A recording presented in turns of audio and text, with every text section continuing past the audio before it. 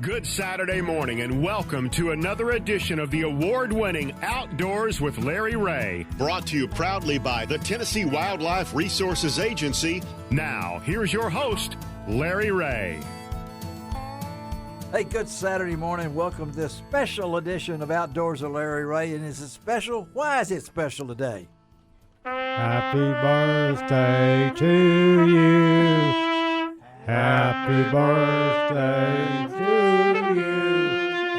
Happy birthday, dear Larry. Happy birthday to you. Yeah. All right. Yeah. No artificial music here. And we got the big man. Brad Carson is in here. Brad Carson is in the show. Shout out to Shelby and the trumpets here are going for it. Here we got Miriam with the treats. We've got the whole staff. And happy birthday to you, Larry. 65. Are you ready for retirement yet? I'm really 18. Just turn the numbers around. Okay? Yeah. We have brownies in here. That Brad is here for that, of course. I mean, we got my wife Miriam is here and made some brownies for everyone. Of course, this is fourth Saturday, which means BW Bonus Wong is. How do you here. like my singing? I like your singing, and Gary Conklin is over there. I'm trying to sing what part Gary was singing, but I know he was part of the group. Gary Conklin, good morning, Gary. Good morning to you. Thank you for being here. Happy birthday to you. Thank you. Of course, we'll have some other ones dropping in as we go throughout because they even had it on the door here, taking care of me. I am 81 now. I'm proud of that. Hey. That's right. Middle-aged for a 162-year-old man. And for all you folks, when I spoke at First Evans Men's Fish Fry Tuesday night, a lot of them thought I was dead. They did not know I was still alive. And when I looked around the audience, I saw some people there I thought were dead too. But it was a mutual respect night. 250 people. Dennis Fuller represented us finally. Odyssey Radio was in the house. Yes, they were in the house. A great time Tuesday night at First Evans. Thank you for the new pastor. Just been there 2 days on the job, and for Sammy Bell and all the great folks. But a lot of good things, y'all, and to be able to do this on 81. I know I'm the senior citizen here at Odyssey Radio, but pushing 24 years on the air, trying to stay up with Dennis Fuller. But I appreciate Brad is such a busy guy and been a supporter of us. How long you been here now, Brad? I don't mean to. 20 years. 20 years. Yeah, See 20 that? years in Memphis, 30 years in radio. Yeah, and he started when he was 12. I was 5. He was 5, yes. Doing farm reports and obituaries on the side of a cornfield in southern Illinois. There you go. Well, I once covered a high school game. I once covered a high school football on the top of a bus. So there you go. Yeah, the many years ago. And I got to tell you this, guys, before you leave. There were so many people that came up to me afterwards, and a young man named Travis Moody, I'm saying good Saturday to you, Travis, walked up to me. He's a big guy now. In 1985, the day he signed with Georgia Tech, guess who was there covering it for him? Larry Ray? Larry Ray, and he sent me a picture. I have it on my phone of me interviewing him in 1985 when he went to Georgia Tech. The greatest Larry Ray story I can tell is last week we had a playoff game at Gagliano Field, which they just resurfaced around the corner here in East Memphis, where we're talking from this morning. Yeah. And anyway, I put a picture up from Coach Kelso, and the funniest thing, it was from 1980. Yeah. Larry chimes in on there and goes, I covered that game. I covered that. And I was there. And I told the people. I told the people Tuesday night that I also covered a game in December of 1969. Rex Dockery was coaching Morristown East against Rube Boyce's Southside Scrappers. That was when it was Fraser High School. No. Southside Scrappers. Southside, yeah, that's right. Rube was the coach for Southside. That's right. Rex Dockery was the coach of Morristown East. That's right. Score was 15-12. Morristown East won the game. Coldest night I've ever been in my life. And Rube Boyce, of course, is the man that cut Elvis Presley. Yes. So Rube's from he's from Danville, Arkansas, home of the Sand Lizards. That was his.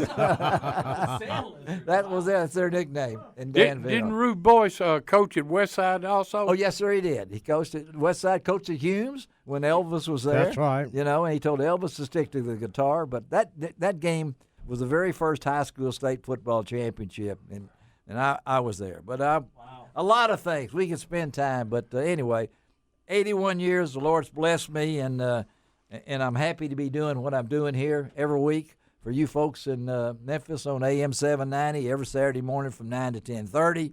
Thank you to Shelby McCall. She brought her trumpet here. I don't know if anybody's got a show producer that can pull out their trumpet and play. And if we really got really nervous, we could let Ron put out his saxophone. And I still have it. He still has his saxophone. I also play the alto. I have one at home. You do? We should bring him in and play them together. Yeah. Hey, we should. I got a tenor sax. Okay. So we'd be good together, like a Dixieland. And I got we could. Oh, yeah. Gary, you don't know. I played the radio. You play the radio. Okay. We actually can't say what he did here. No. I joke. But anyway, we figured we've done over 1,000 of these shows over the years, and it's just great to celebrate a birthday. All I've been through, and the station has stood behind me through my cancer and everything else. And but hey, folks, I'm here. If you need a speaker, I'll be there, and I'd take Dennis Fuller with me as my PR person. You know, to He's a good one. Yeah, it was a great fish fry at First Event, and I appreciate Sammy Bell and all that. I've already hooked up a deer hunt with Sammy this fall. He's always wanted to hunt with somebody over 80. So, and I hope I get a hole in one someday. But great show today. We're going to have people coming in and out of the studio as we talk outdoors. We're going to talk to Bill Waller, Purpose-Built Optics. He's got some glasses. Ron's got on some pair. I have on some pairs too. We're going to talk to Freddy. And they used to be Hook and Bullet. Now they are now Purpose-Built Optics. That's right. We're going to talk to Freddy Penka. He is from middle school in Mountain Home, Arkansas. He just won Educator of the Year by Outdoors Tomorrow for the whole United States. Wow. We're going to talk to Betsy Woods. Tragically, we have had 7 deaths in Tennessee on the waterways, and guess what? None of them are wearing. No PFDs. No PFDs. And, you know, I preach that all the time, Larry. All the time. And Betsy's going to tell that. And then Gary's here with us to talk about fishing for the kids. And what a story, Gary, his daughter, his granddaughter. This man has so many connections with the St. Jude Bass Classic and kids. And you guys have raised how much now, Gary, for Fishing for the Kids? Fishing for the Kids, they got 16 teams representing it this year, and they will have raised $1.8 million. Wow, for St. Jude. And wait till you hear Gary's story about his daughter and a granddaughter. And then we're going to close out the show with a man that just won $44,000 and a place in the Bassmaster Classic, where Ron will be there next year. Ron, you're going to be there, right? Oh, yeah, I'll be there. Okay, it's going to be there. And that, of course, is Josh Butler out of Hayden, Alabama. And we're not going to talk SEC football or anything with Josh. And we sure don't want to get anything between Mississippi State and Ole Miss. We don't want to get anything going in this room here right now, okay? And the Razorbacks are here too, also. And there he is over there. You know, he's that's my. That was a good one, though. Yeah, that was a good one. Now here he won't talk about Coach Cal while we're having your birthday party, right? That name sounds. That name sounds familiar. I think I know what that. Well, we'll talk about Coach Sam. That'll be it for it. But Shelby's going to play her trumpet throughout today's show, and I know we can't do the first segment, Gary. You hang on now.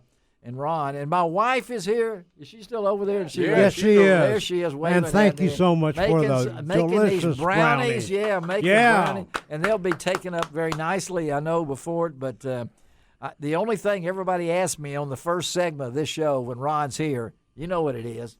Well, give it to me, Ron. I know we've had rain. I got to tell you something. This man has the best fishing report off the top of his head. We had a full moon Wednesday. Yes, we did. And, most of the bass at this full moon will have spawned because they spawned also in April. All of the crappie are pretty well spawned out now after this full moon. So you've got the crappie fishing first. Yes. 2 ways to catch them. All right. And one is near the beds where they're at vertical jigging using a shown up chartreuse colored. Chartreuse colored. Gary's listening over there. Gary's listening. and tipping it with a slab bite. Okay. Because a lot of the water is dirty because of all the rain that we've had. Yeah. And also they're starting to catch them power trolling. Power trolling. Okay. Power trolling using a 1/8 ounce or a 1/4 ounce fin spin with a slab curly jig trailer on there. Okay. And you're going to start trolling at 1.5 miles an hour. 1.5. And it's better now slower than it is faster. Okay. Because of the spawn, and they're not that active. All right. Use a 3-ounce lead. 3 ounce. And 3-ounce lead to catch those crappie. That's the best way to catch them right now on the I-55 lakes up there in Pickwick. They're starting to catch them pretty good. And the brush piles anywhere from 15 to 18 feet deep. A Slabalicious, especially in monkey milk, will work well. Monkey milk, okay. Great color up there. Okay. The bass fishing down at the I-55 lakes are kind of slow right now because of the spawn. A few fish are being caught early in the morning on topwater baits and on the secondary points, and also near the spawning areas up there at Pickwick Lake and Kentucky Lake. The bass are biting really well. They're catching a lot of fish now that have spawned, and they're moving out to the secondary points using a Series 3 XD striking crankbait in a shad color or a citrus shad color, and those are doing real well on those lakes. Don't give any more. That's enough. You've run out of time, and I'm saving how much it's going to take to win the St. Jude Bass Classic. 12 pounds. I didn't want you to tell it now. Hold on. You're just too fast, I want to hear from my other experts sitting over there, okay? I mean... no, I didn't say 12. You didn't say 12. You didn't say 24 either, all right? No. All right, let's take a break on Outdoors with Larry Ray. Start this thing rolling. You gone, Miriam? Are you leaving? Is that bad? Okay. All right, no, she's staying here. We'll be right back on Outdoors with Larry Ray.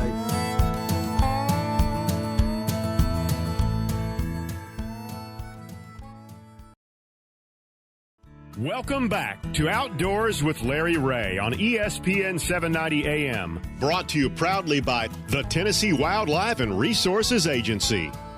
Hey, welcome back to this special edition of Outdoors with Larry Ray. Yes, I am another year older and deeper in debt, but I do know when it comes to being in debt, not the debt, I'm in honor of the man that's coming on next, because I have worn the traditional sunglasses. And now Ron Wong walks in with something new that has caught my eye, and that's no pun. Well, and and that's why they are purpose-built optics. And that's our good friend Bill Waller. Good morning, Bill.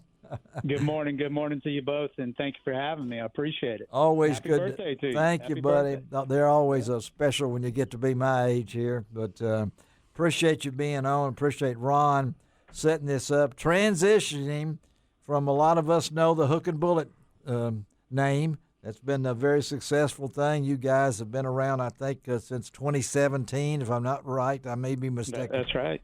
Close that's to that. exactly right. And now into the purpose-built optics, and I've read about that. I understand what it is, but I think our listeners would like to know where we've come from and what we're doing now. So kind of explain this transition, Bill. Yeah, sure, of course.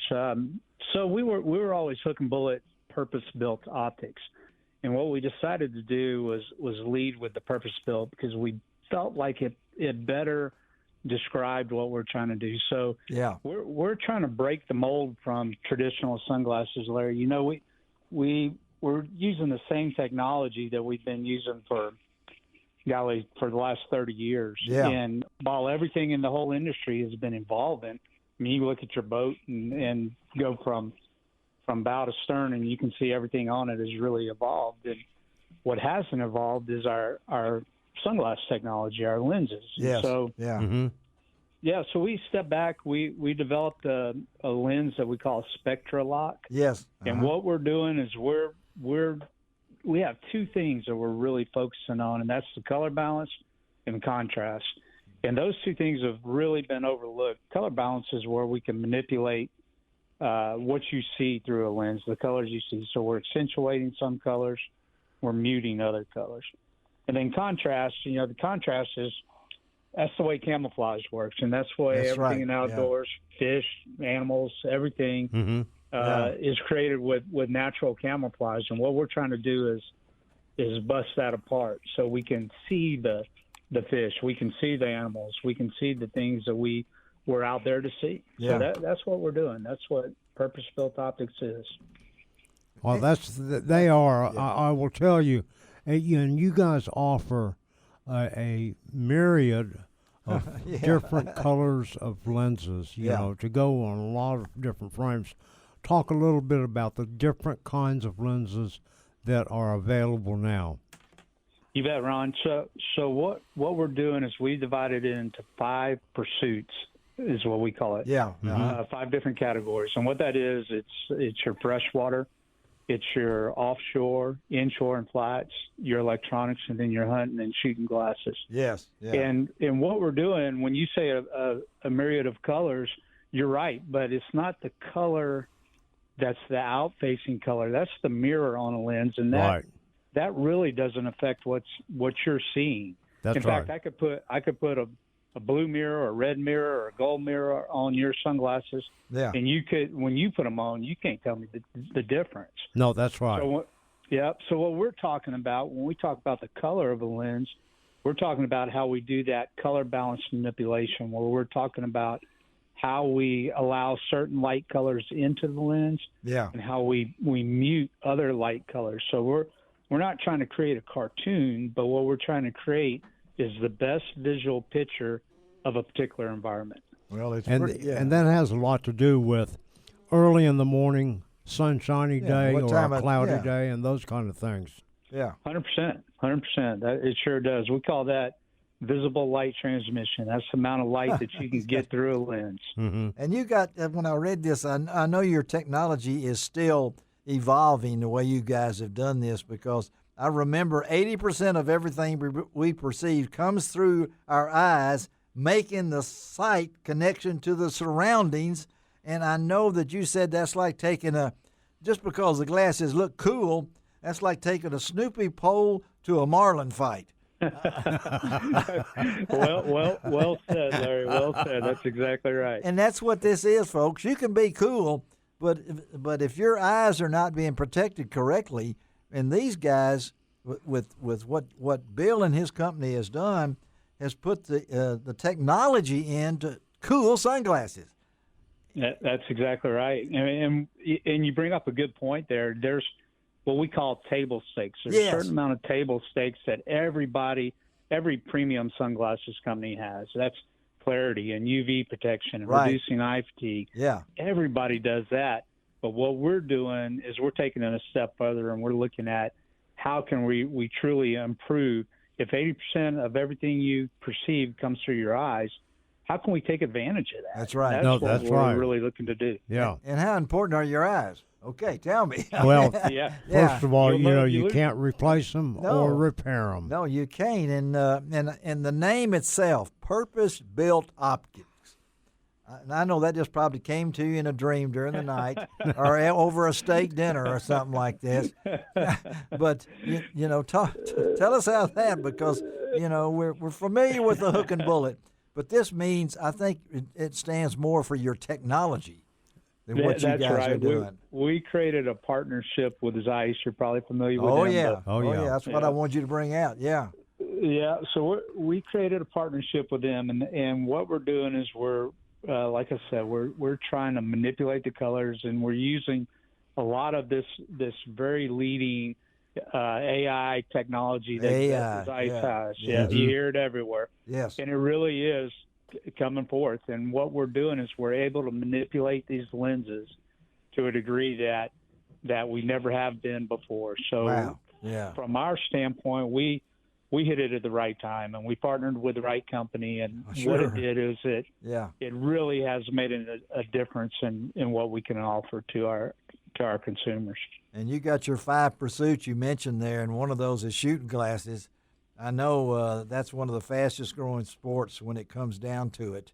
And we can really make a difference there. We, if you're talking about, we can talk about bird hunting, or we can talk about shooting sport and clays, or trap and skeet. Yeah. But when you start talking about, for example, trap and skeet, when you're looking for an orange target, and you want to, and say it's against a tree line background in a sport and clay range, we can really pick up those orange colors and highlight them. Yeah. And then we mute the other colors, the background colors. Wow, that's so cool. That's cool. That is so really cool. Yeah, because I was at a hunting retriever club match a couple of weeks ago, my first one ever, and I'm watching these dogs work, and I'm thinking, the dogs are really working beautiful. But think about the hunter himself out there trying to hit that target and get that dog to work at the same time. You got to work in combination, and what you're just talking about is enables you to see those targets or those birds or whatever it might be. That's right. That's right. No matter what the background. Is that right? I mean, the background, you guys are able to see things better with any kind of background. That's the whole idea, is to accentuate the things we want to see, and then mute down the things we don't want to see.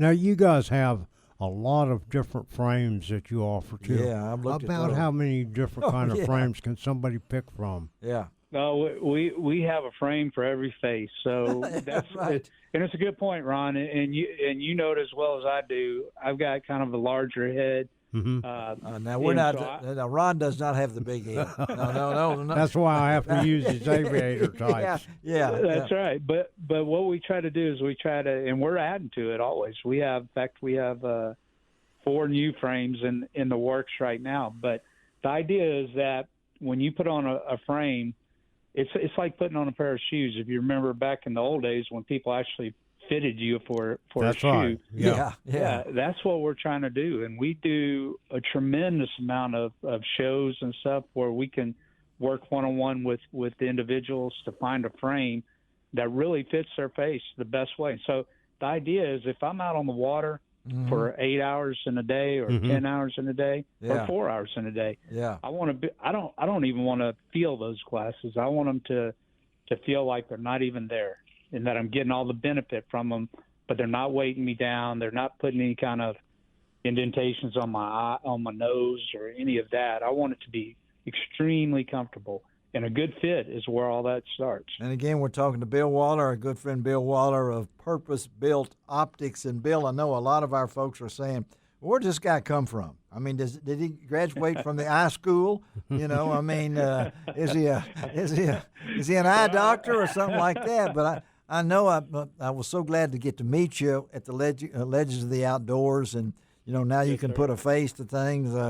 But quickly give our listeners a little bit of your background, if you don't mind.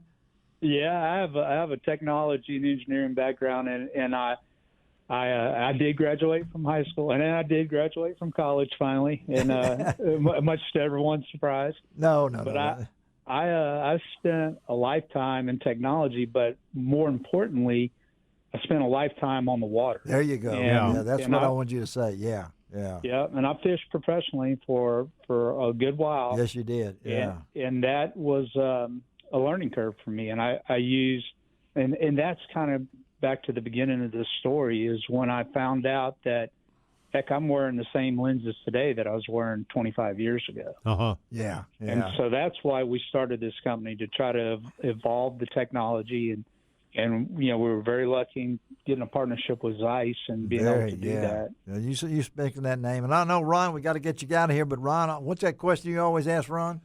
Bill, if somebody wants more information about these wonderful products at Purpose Built Optics, where do they go? Where do they go, Bill? You bet. The easiest way to get a lot of information is to go to purposebuiltoptics.com. That's it. That's it. Easy as that. And we'll have all this on LarryRay.com, all the information, and you'll be hearing from me too, Bill. Okay, now that I've seen Ron look cool and come walking in the room here with them cool glasses, Buddy, we hope you have a great weekend. And we'll see you down the road. Yeah, appreciate your friendship, buddy. Okay, Bill? All right. Likewise. Always good to do your show. And happy birthday again, Larry. Hope you have a good one. Thank you, Bill. All right, let's take a break on Outdoors with Larry Ray. Got Gary Conklin in the studio.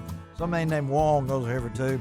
And we do have brownies in here. Too bad y'all aren't here. My wife, Miriam, I'll eat them up. But we're heading to Mountain Home, Arkansas. God's country. We'll be right back.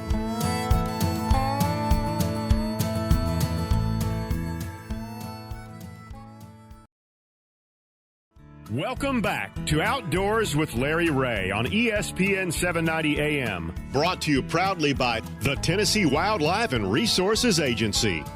Hey, good Saturday morning. Welcome back to Outdoors with Larry Ray on this birthday show. My wife, Miriam, is in the studio with us. She made brownies for us. I appreciate her doing that. Thank you, Miriam. We got it. Well, you know that voice. He's been with me a long time. He never grows old, it seems like. He's still out there plugging away, and the one and only Ron Wong. Larry, I'm kind of like you. We're still around 18 and act like it. That's true. That's why we have some maturity in the studio with us this morning. Is he still awake over there, Gary Conklin? I think so. I'm doing fine. He's doing fine. You know that voice, Gary Conklin of the Fishing for the Kids, the St. Jude Bass Classic. And you've been involved in that classic for how long, Gary? Well, I fished my first tournament in 1978. There you go, yeah. And I joined the Memphis Bass Club thanks to Tommy and Nina Patrick in 1983. Wow, great folks. Well, we're going to talk to Gary in just a few minutes about his big event, but we got a guy on the line with us right now that was recently recognized in Dallas. And you think, well, what's going on in Dallas? Well, it's a major award, and we're really happy to have the 2024 Educator of the Year by Outdoors Tomorrow Foundation, and that's part of the Arkansas Game and Fish Outdoor Adventure Program. And we're happy to have Freddy Penka. Is that the way I pronounce it, Freddie? That is correct. All right, sir. Freddy Penka of Pinkston Middle School in Mountain Home, Arkansas, who was the Educator of the Year for 2024. Good Saturday morning, Freddie. And congratulations. Good morning to you, too. Yeah, Thank congratulations. You what an honor. What an honor. What an honor. And it almost fits your name. I mean, Pinkston and Penka. I mean, that's pretty cool. And I've read a lot about this, Freddie. So explain to our listeners exactly what this program is. Well, our Outdoor Adventures program, we started this about 3 years ago. And basically in connection with Arkansas Game and Fish and the Outdoors Tomorrow Foundation, we wanted to bring outdoor education to our students. And you can do that in several different ways. You can teach some lessons in your PE classes. We kind of wanted to go just a little bit beyond that, and we wanted to offer an opportunity for kids to get their hunter ed certification, their boater ed certification, teach archery in the classroom with NASP, teach some fishing skills, teach survival skills. Yeah. And throw in some conservation pieces there as well. We have, of course, in our area, or I don't know if your listeners do, we are one of the big trout capitals of the United States. Yes. And so we were connected, partnered with our White River chapter of Trout Unlimited, and they sponsor a Trout in the Classroom aquarium, where we basically they provide all the stuff for that, but we get eyed eggs, so we get them as embryos, and we hatch those trout out. Really? I mean, the students see this? I mean, all our students. Now, we have to do it, obviously, over 2 semesters. It's a semester-long class, so our fall semester usually sees them as eyed eggs and embryos and then a sack fry, and then our spring semester kind of sees them kind of grow to where they become a leave-in, and then later on, and then we take them to Dry Run Creek, which is creek Dry right Run Creek. And we release them this spring. So it's a unique opportunity there for conservation. We also do a winter bird feeding program here that we started this last year. So basically what we're trying to do is connect our students to wildlife, connect our students to outdoor sports, connect them to like-minded people, so to speak, and really all in all, we want to connect them with themselves, to find out kind of who they are and find out something about nature, and it's great. It's fun to see kids' self-esteem grow and confidence grow as they go through the program. So that's kind of it in a nutshell, kind of what we're doing with our program. Well, Freddie, so what ages are we talking about here? Well, here at Pinkston Middle School, we are grades 6 and 7, so we're talking about anywhere a kid could be from 11 to maybe 14. Wow. Well, and your school is in Mountain Home. It is. Yes. In your position, are you a part of the school? I mean, what I am. Yes, I've taught. I just finished my 27th year in education. I was a coach for 24 of those. And of course, here the last 3 years have been this outdoor adventure educator. Wow. So yes, okay. I have, and we taught here in school. We taught probably about 16, 17 years ago. We started teaching hunter education, That's great. Yeah. In our athletics. Okay. So as soon as I was a 7th grade football coach for many years, and after the season, we'd take a couple of weeks and get our kids certified in hunter ed. So that really was kind of the tie-in to starting this program, and we saw how valuable and how much kids enjoyed that. So that kind of got us rolling. Well, you're in a great area there, and I can tell where you. You coached. You're probably the feeder school for Mountain Home High. I mean, junior high, yes. Yeah, junior high, and they're the Bombers, aren't they, or something like that? We're the Bombers. I see. I know. I'm growing up over there. I know all them nicknames and things along that line. But this is amazing, folks, because if you're wondering what the outdoor Outdoors Tomorrow Foundation is, it's based in Dallas, founded in 2010. And get this, 1,400 schools with more than 140,000 students are enrolled each year in this program. And we're talking to the man who was named Educator of the Year out of a middle school in Mountain Home, Arkansas. Freddie, how did you feel to get that award, and what was it like to be on the stage in Dallas? Big D, man. I saw you had a cowboy hat on and everything. Hey, when in Rome, got to play the part. Yeah. I'm blessed. Obviously, it was a surprise. Because we were in year 3. And I've told I went to a conference here earlier in the week and spoke with Arkansas Game and Fish, and I said, we're not a finished product, and that's right. What kind of makes it surprising, because when I started this, I said it's not going to be perfect, but we're going to do it, and you're going to learn as you go along, and you're going to find things, and you're going to add to it, and to get that award at such an early stage was really kind of unbelievable, and so we're very blessed to be able to do it. But I've told everybody that I can. This is a shared award. I mean, yes, don't it is. think yes. for any stretch of imagination, this is me. I mean, that's right. The Arkansas Game and Fish, the city of Mountain Home allows us to use our lakes. How about that great nature center in Yellville I've been to? Very Crooked Creek. Fred Berry Nature Center. Yes. Absolutely. We take our kids there every year, and so, I mean, there's so many entities that really, and I encourage if other schools want to get started, and you'd be surprised how groups and different organizations want to be a part of that and try to get in there with the youth. It's so important to get the kids outdoors. That's what I'm thinking. We got a gentleman on the show here coming in a few minutes.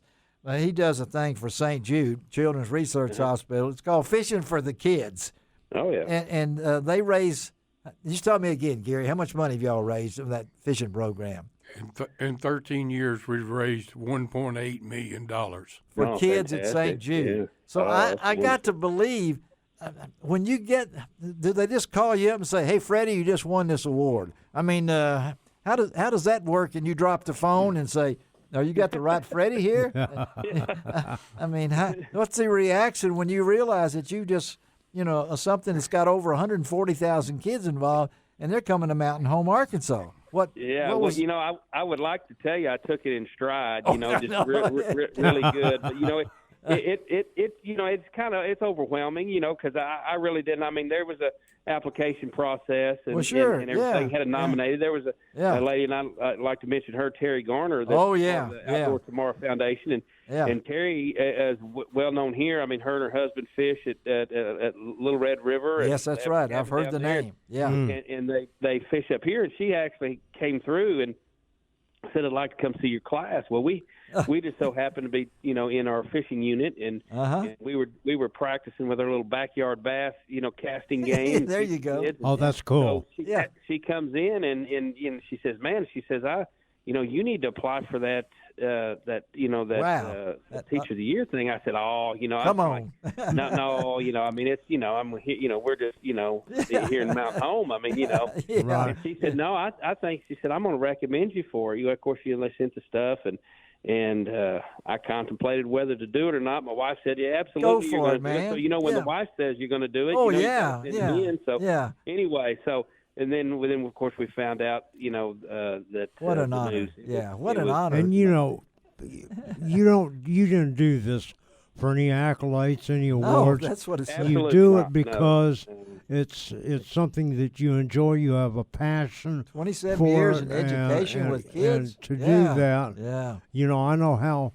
The gratification of seeing the smile on the kids when you're on the outdoors is everything that there is. How did they take it at Pinkston? How did Pinkston take it now? Did you get a parade? Did they name a street after you? Come on now. No parade, no ticker tape parade or anything. The kids loved it. Of course, Outdoor Tomorrow Foundation did a fantastic job of coming in and video, and they stayed here a day. They did, yes, I saw it. On that, and I don't know if you've had a chance to see the video yes, or not. I have, and everything. But they thought they were. In fact, one of the kids says when we watched it, when we finally got it, he said, "I'm famous now." He was famous now. But no, I mean it's the kids love it. I mean this program's grown. The very first year we started, we offered 4 classes in it, and then last year we went to 6 classes. So I have 3 6th grade and 3 7th grade. And next year I was told by our registrar and everything that we had about 190 kids coming from our intermediate school that wanted to take outdoor adventures. And I don't know how we're going to get them all in, but so it's growing, and I think the more kids understand, and it really is, kids love it. There's a need for that. Oh, there is a need. And we have over the years, and I'm not going to get into all that, but we've over the years kind of phased out some of that. But, man, I tell you, when kids get excited, they want to run to class. What are we doing today? And all that kind of stuff. It gives them something. And I've told people before, even though, and you guys know kind of where we're at and all the things, I mean, I say I'm set up for success because really we have a lot of things to offer in the outdoors here. You do. But with that being said, we have a lot of kids that haven't experienced that, even though they live here. Well, and so we only got a minute here. I hate to interrupt you, Freddie, but you're on a roll, buddy, and I know our folks are excited. That you folks can go to the Arkansas Game and Fish website. There's the story on Freddie and all the stuff. You can also go to the Outdoors Tomorrow Foundation website, and we've got all this posted on LarryRay.com also. Freddie, congratulations. Great. I hope to meet you sometime. We get up there a whole lot up in your area, but buddy, again, congratulations, and we'll talk to you down the road. Check up on you again, right. Okay, well, man? Happy birthday, Mr. Larry, and anytime y'all are up this way, feel free to come in and see us. All right, thanks, Freddie. Thank you, buddy. All right, let's take a break on Outdoors with Larry Ray and be right back.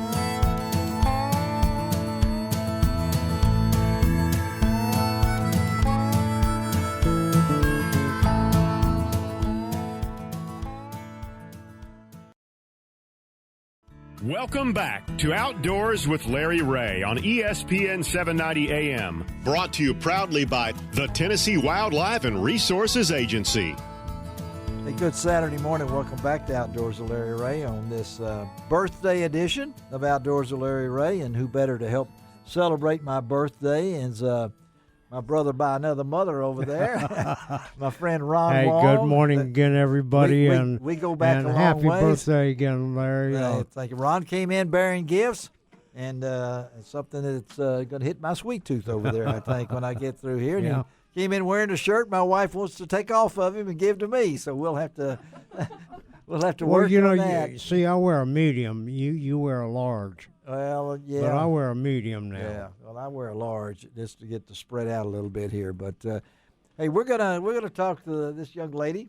She's been on the show many times, and I know it's. We just got off the phone with an educator in Arkansas, Educator of the Year for the United States, talking about teaching kids about a lot of things, including one of those things is safe boating and boating education and things. So important. So important. Well, we got the head lady right here right now. We got our good friend Betsy Woods. She is the TWRA Boating Education Coordinator. And Betsy, I know we have to talk about numbers. I mean, your career is all about numbers, and I know we just had another fatality. Yeah. Good morning, and thank you. Yeah, unfortunately, we had like 3 fatalities last week. 3, yes. And we're not even at the Memorial Weekends coming up this weekend. Right now is really the kickoff, right? I mean, we usually we talk about Safe Boating Week. Did we have 3 during Safe Boating Week? Is that pretty well close? It's pretty close to that, yeah. Yeah. We might have had a day, give her a day or 2, maybe. But talk about it, yeah. That's 7 now. 7. That's 7. 2 of those were on kayaks, and 3 of them were people that fell overboard, and 2 of them were swimming from the boat, and all 7 of them were not wearing a life jacket, and they all knew how to swim. Man. And, they would probably still be with us today had they been wearing a life jacket. That's right. And, I talk about that all the time, Betsy, and I saw an amazing statistic the other day, nationally, of all of the drownings, 85% of the people were not wearing a life jacket of any kind. And I have to tell you, as you get up in age, you may be able to swim, but when you fall overboard or something, you might hit something, but you have to have a life preserver on. I see so many people now that they turn on their big outboard or any kind of an outboard engine, and they don't go and put a PFD on, a personal flotation device, or hook up a kill switch. And I have to tell you, it's just those simple things that can save your life. And I know Gary Conklin sitting over there, Betsy. He's one of our guests today with the St. Jude Bass Classic, and his fishing for the kids. And Gary, you know that as well as anybody in your life of bass fishing and everything else, how important that life jacket is. One thing that I've found over the years, whether it's the St. Jude or any of these other small tournaments or large tournaments, you're required to have your life jacket. That's right, yeah. And your kill switch connected up. Yeah. And if you don't, you don't get to go. And Betsy, you hear these things, and I'm looking at them from Franklin County, drowning from a kayak, no PFD. Mm-hmm. Davidson County, drowning swimming from a pontoon, no PFD. Marion County, capsized kayak again below the Low Head Dam, no PFD. Hamilton County, fall overboard from a bass boat, no PFD. Yep. Sumner County, drowning, going after a drifting boat from a boat ramp. Yep. No PFD. Wilson County, ejected from a boat, drowning, no PFD. And then this last weekend, in Henry County on Kentucky Lake, fall overboard, no PFD. Yep. Now, I got a question, Betsy. There are some states that require that you have to have a PFD on if you're in a kayak or a canoe or a paddleboard. Does Tennessee have any kind of ordinance like that or law? In a paddlecraft, you do have to have a life jacket for every person on board. You don't have to be wearing it unless you're 12 years old or younger. But it is required equipment on kayaks and stand-up paddleboards and rowboats, non-motorized boats. And Betsy, you hear this, so I know we've had other accidents probably that we didn't have loss of life. We still have accidents.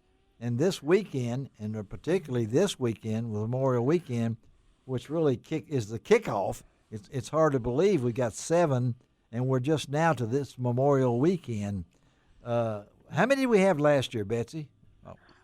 By this time last year, we had 9 fatalities. I thought it was even more last year. It just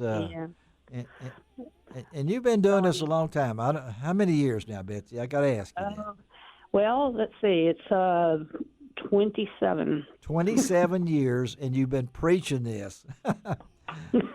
Well, I'm hoping that some of our efforts have made a difference and maybe saved somebody's life. And if that is so, then it's been worth it. It's been worth it, because I know you're looking for that 0, and that's.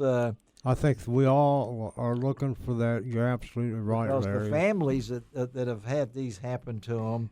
So that's why we wanted Betsy on this weekend, folks. You may think, and Ron is always preaching this about, it may be 85 degrees, but the water temperature may not be 85 degrees. Right. And Gary's laughing over there, too. It could be 70 real easy. It could be 70 or even lower, I guess, if we get a lot of this rain that we're having. So as you go into this weekend, Betsy, I guess the big force will be out with the TWRA. They'll be out on the waters this weekend, and you guys stress it. And Safe Boating Week, and you've looked at these national figures, Betsy.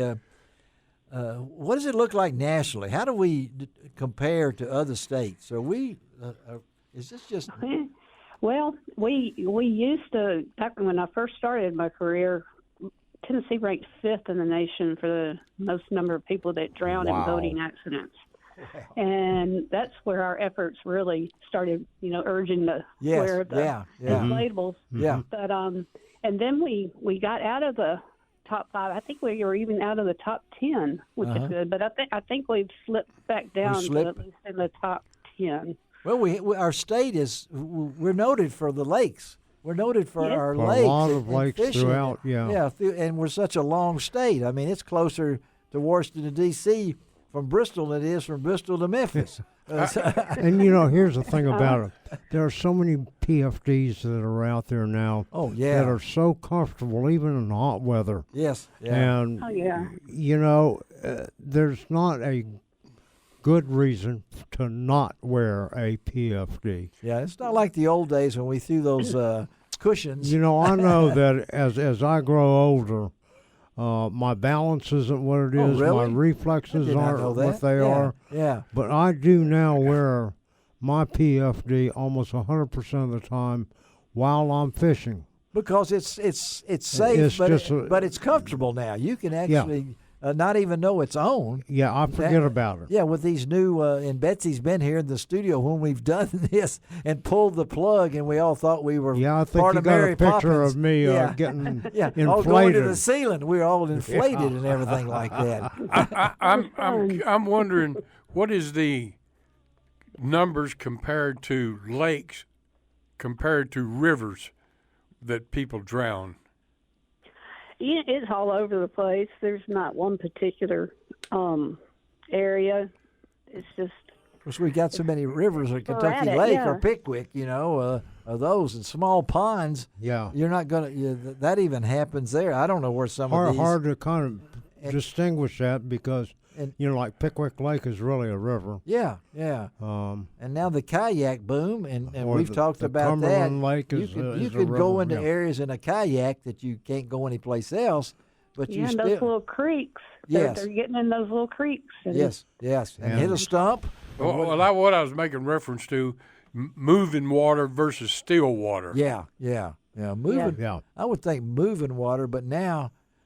We don't want any alcohol out there this weekend, folks, because that just, Betsy, that doubles the chances.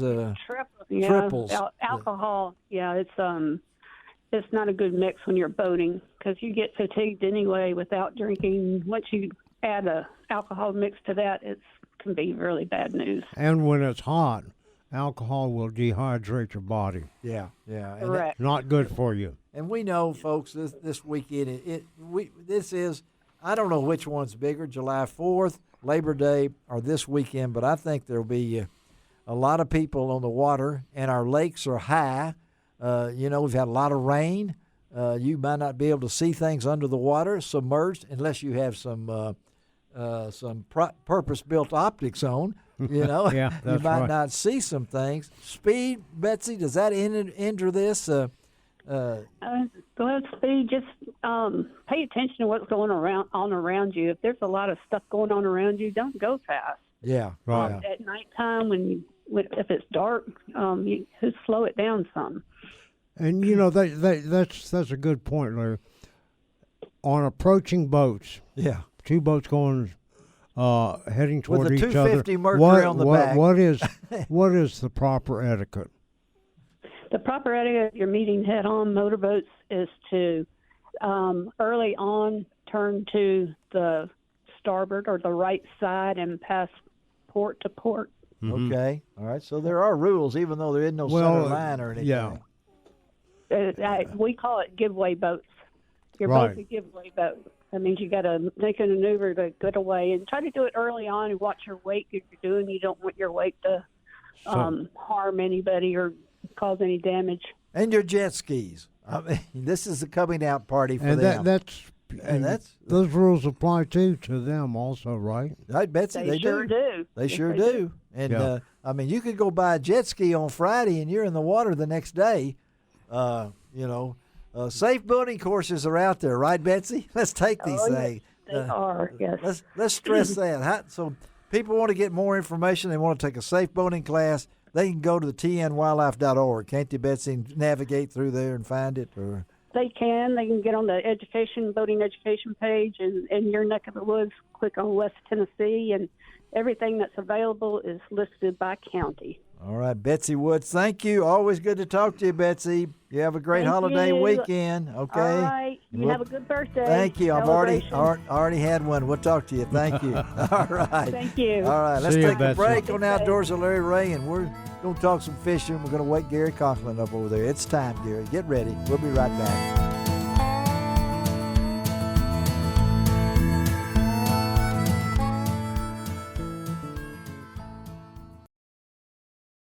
Welcome back to Outdoors with Larry Ray on ESPN 790 AM. Brought to you proudly by the Tennessee Wildlife and Resources Agency. Hey, good Saturday morning. Welcome back to Outdoors with Larry Ray again on this special birthday edition as I celebrate my birthday, 81 years and still barely kicking. But I'm doing really well. Again, appreciate all the birthday wishes and things along that line. Really blessed to be doing what I'm doing at my age. And I do have two of the favorite people of mine in the studio with me. I got three, actually, because my wife's here. And she is the best favorite, okay? My wife's Miriam here. And she should be number one. She is number one. She's made brownies for us today. But I do have my friend Gary Conklin. We go back a long way. And, of course, Ron Wong is in here as he is on what we call BW, Bonus Wong, on the fourth Saturday of the month. And I know this next gentleman is going to join in on the conversation because we love to talk about the St. Jude Bass Classic. It's been going on. Is this 51 years? Or it is. Gary's shaking his head. Yep. I hear him. 51 years of St. Jude Bass Classic. And I know I've been there since the days when they blasted off, man, you better get out of the way because we didn't know who was going to go over who out there. Yep. Those were some kind of sights before flight. Y'all remember those, Ron? And how well do I remember?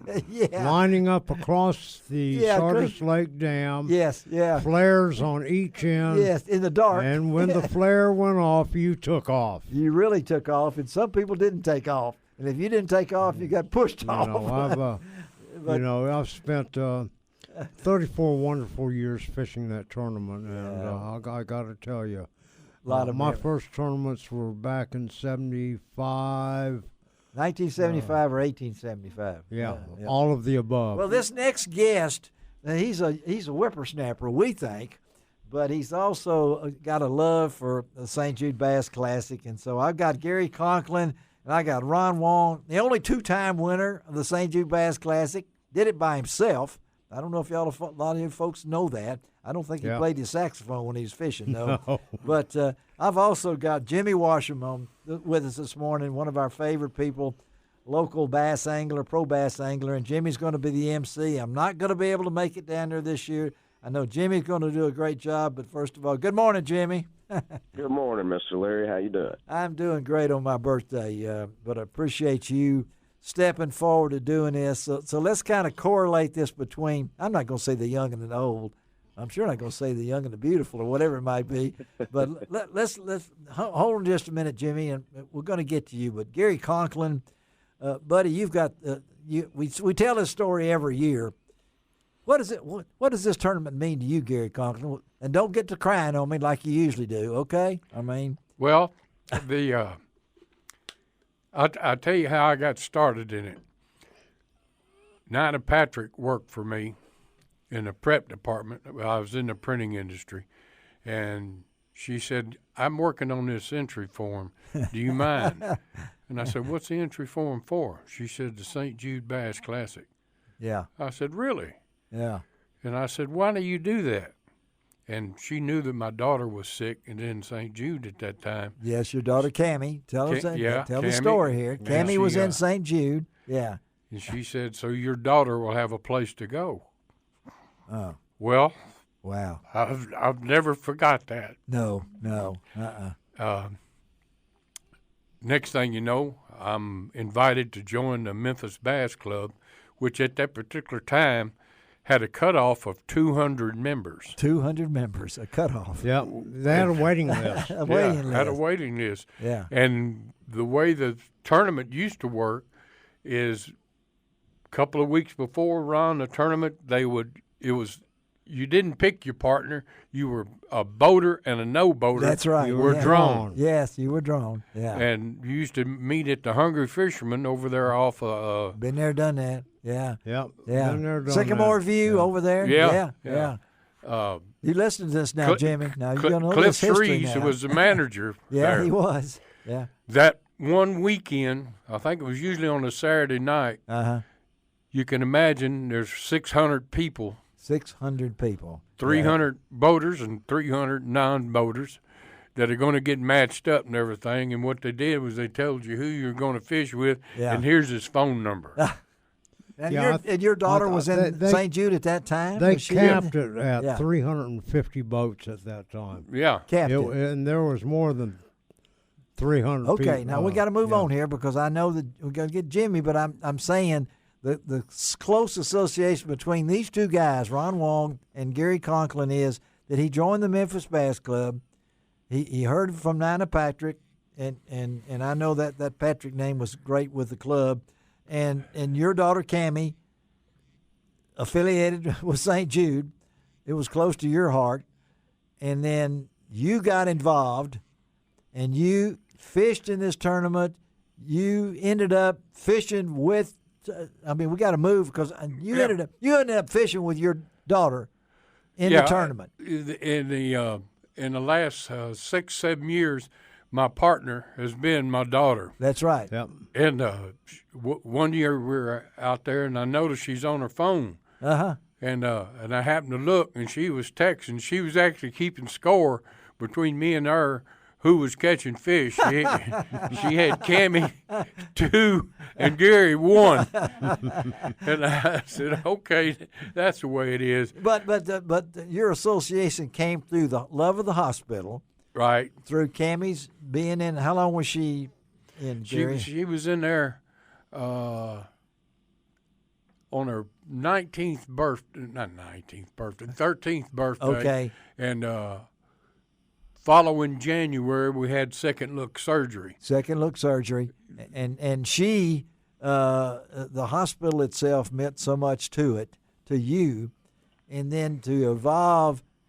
Your granddaughter, does she enter this story also? Yes. Then in 2017. You listen, aren't you, Jimmy? Okay? Yes, sir. Okay. 2017, when Trump got elected president, my granddaughter was diagnosed with non-Hodgkin's lymphoma. Yes. She was in East Tennessee going to school. Yes. And my son and daughter-in-law went up there and picked her up and brought her back to Memphis and carried her over and got her enrolled in St. Jude. St. Jude. Now, here's the difference.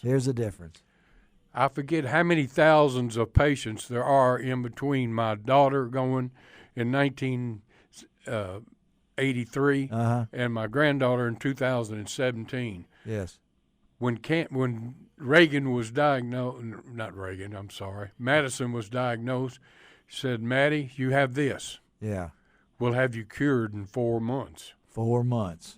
Yeah. And they did. And they did, didn't they? Since that time, she's been all over the country speaking on behalf of St. Jude. All right, now, I mean, that in itself is a story. And we're going to talk about fishing for the kids in just a second here, because that's what Gary's heart is. But, Jimmy, you know about this tournament. You've been on the stage at this tournament. What does this tournament mean to Jimmy Washam? Oh, it just means the world. It's the I'm just so thankful to have the blessing of an opportunity to help with something that's so impactful. I mean, it means a lot to bass anglers. Yes. And I mean, it's almost like the Weekend Anglers Bassmaster Classic in the South. It's it's one of the longest running charity annual tournaments in the country. Yeah. And it's got so much history and just a mystique to it. But then when you get past that, and how much more than just weighing in bass, how much more it means, and the lasting benefit, it's an amazing thing that I get to take a part in. I'm just so thankful for the opportunity. And then we toss in now not only the St. Jude Bass Classic for 51 years, we toss in Fishing for the Kids, which is now, how many years is now, Gary? This will be the 14th year. 14th year, and you guys have raised what? I mean, you think? $1.8 million. $1.8 million. I need to correct you all. All right. I'm noticing here on your piece of paper it says fishing for the kids. Yes. That's actually incorrect. Well, tell me. I was talking with my Cajun friends that come up here and fish it every year. Yeah, okay. And somebody asked them why they do it. And they said, well, it's fishing. Not fishing. Fishing For the kids. All right, knock out the G. Knock out the G. Knock out the G. And that's what it is. That's what it is. And so your event is, talk about that before we get Well, it came about by fundraising. How do you raise money? I mean, we've tried every way in the world. We've auctioned off cars, boats, raffles, this, and so on and so forth. You need to auction off Ron. Okay? You won't get anything. Yes, you will. The first year that we did it, it raised $14,000. $14,000. Okay. Well, hell, they didn't even advertise it. Okay. I said, we need to advertise it. So the next year, I took it over. Yeah. And I wrote one part of getting your friends, your mother, your father, your sister, your brother, your boss, and everybody to help you raise money for St. Jude. Yeah.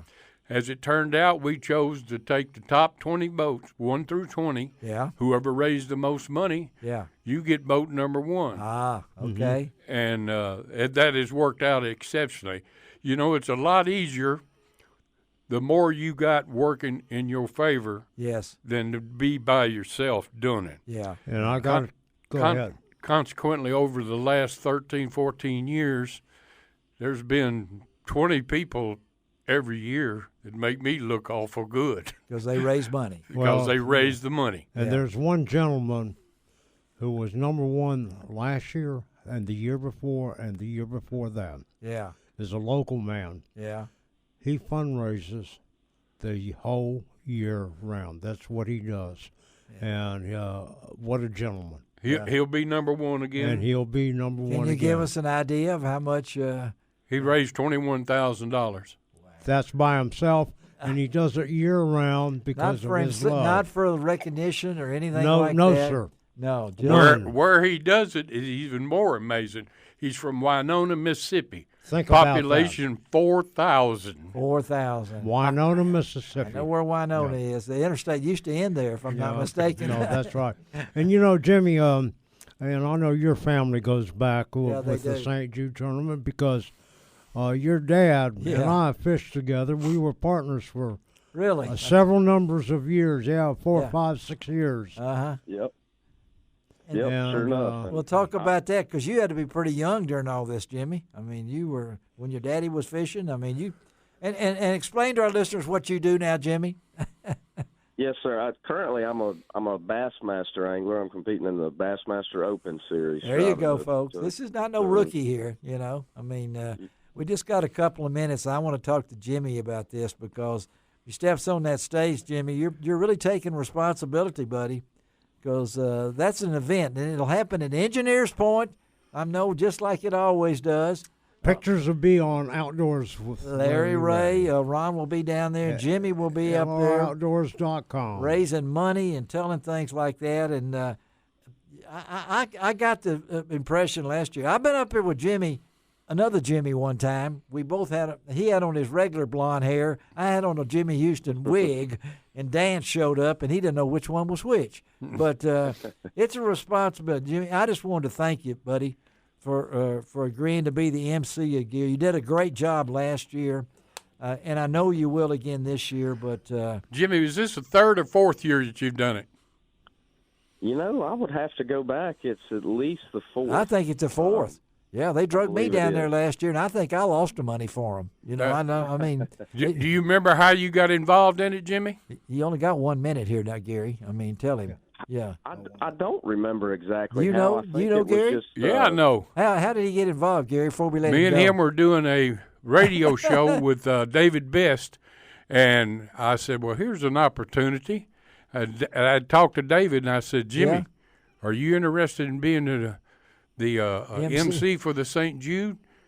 And he says the same thing that everybody else says when the first time you ask. Yeah. I have to check my schedule. He He don't check his schedule anymore. No, he's ready. He's ready. Well, Jimmy, we appreciate you, buddy. Thank you. Folks, they want to keep up with Jimmy. What do they have to do, Jimmy? Where do they go find out about you? You can follow my tournament fishing at Jimmy Washam Fishing on Facebook, Instagram, and YouTube, and also you can look at how to go fishing with me on Pickwick. Yes. At PickwickPremierBassGuide.com. And that's a great name, PickwickPremierBassFishing.com, buddy. Thank you, Jimmy. I know you're going to do a great job. I wish I could be there, but I'll be there in spirit. Okay, buddy? All right? All right. Thank you, Larry, and happy birthday. Thank you again. See you later. Bye. See you Saturday, tomorrow. All right. We'll talk to y'all. Let's take a break on Outdoors with Larry Ray. Hey, we're going to end it up with a guy that just won some big money, Jimmy, on Josh Butler of Hayden, Alabama. We'll be right back.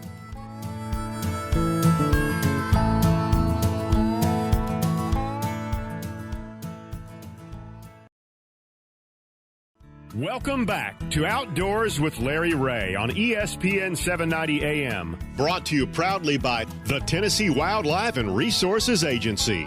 Hey, good Saturday morning. Welcome back to Outdoors with Larry, what we call the fastest 90 minutes in outdoor radio programming. And Ron Wong, it just seems like it zips by. I mean, especially when you're here. The fastest 90 minutes in outdoor radio. And we've saved for the last a young man that just did something that all professional bass anglers dream of.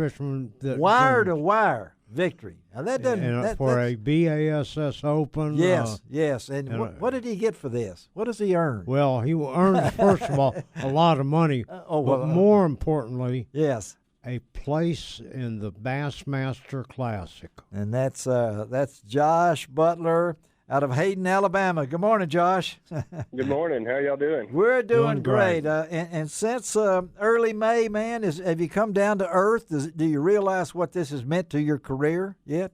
A little bit. Probably still on cloud nine. The classic berth hasn't really sunk in, but I'm sure once we inch a little bit closer to it, it'll hit home. Well, let's talk about this, because wire to wire, I've read the story, Ron's read the story, and I love the quote said, "The Lord just blessed me. When it's your time, it's your time."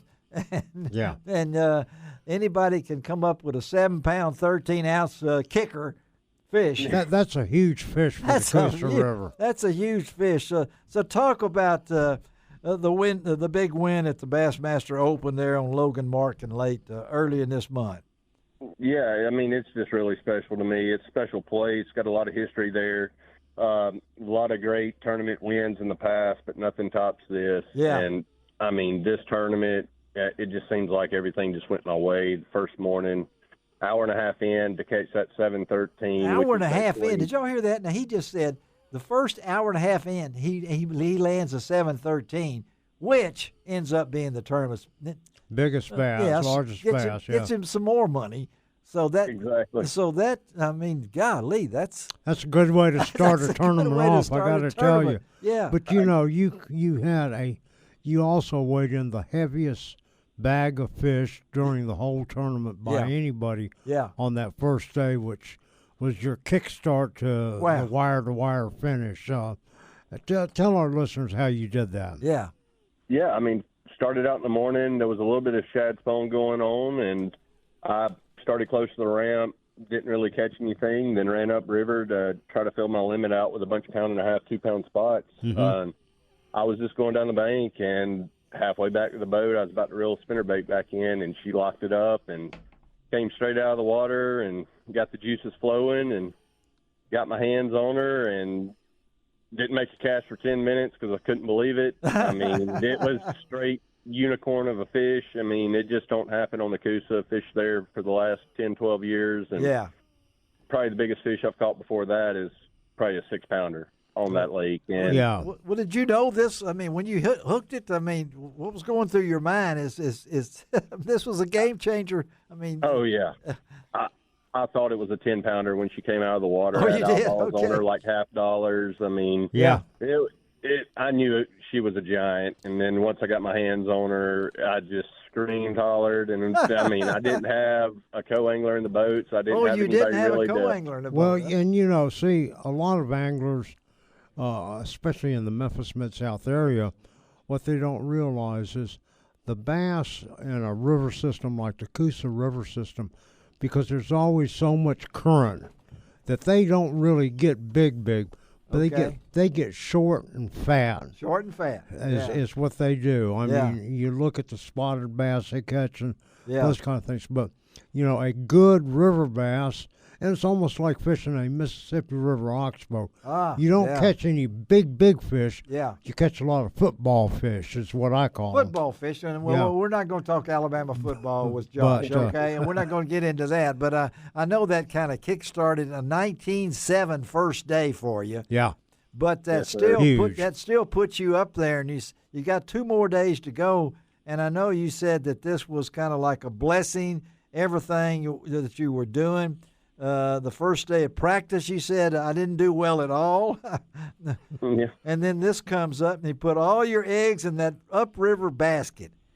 Yes, sir. Won a lot of tournaments up in the tail race portion of that lake. And I just, the rocks don't move. I probably haven't. The last tournament I actually fished on Logan was probably 6-7 years before that. And that was another Bass Open. Yeah. In September of 17, I believe. Okay. Those rocks don't move, so a lot of history and just trying to figure it out. It was a really weird time when we got there because the water had just gotten to full pull. And regardless of the water temperature, those fish will not commit to spawning until the water reaches steady full pull, basically, because they know not to pull up and spawn. That's right.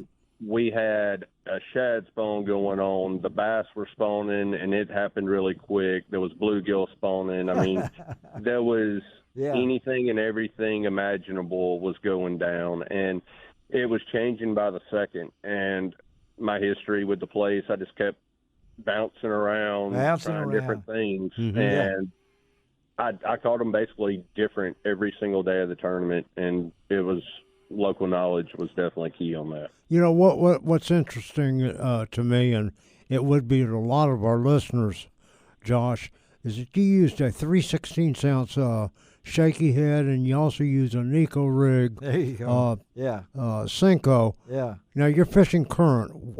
Tell our listeners how you fish current and the seams in the current. Good question. And what you're looking at. Yeah. Absolutely. I mean, a lot of times whenever we're fishing seams, it could either be, a rock pile with an eddy behind it, or it could just be where current's coming down and there's a point and then you got some slack water.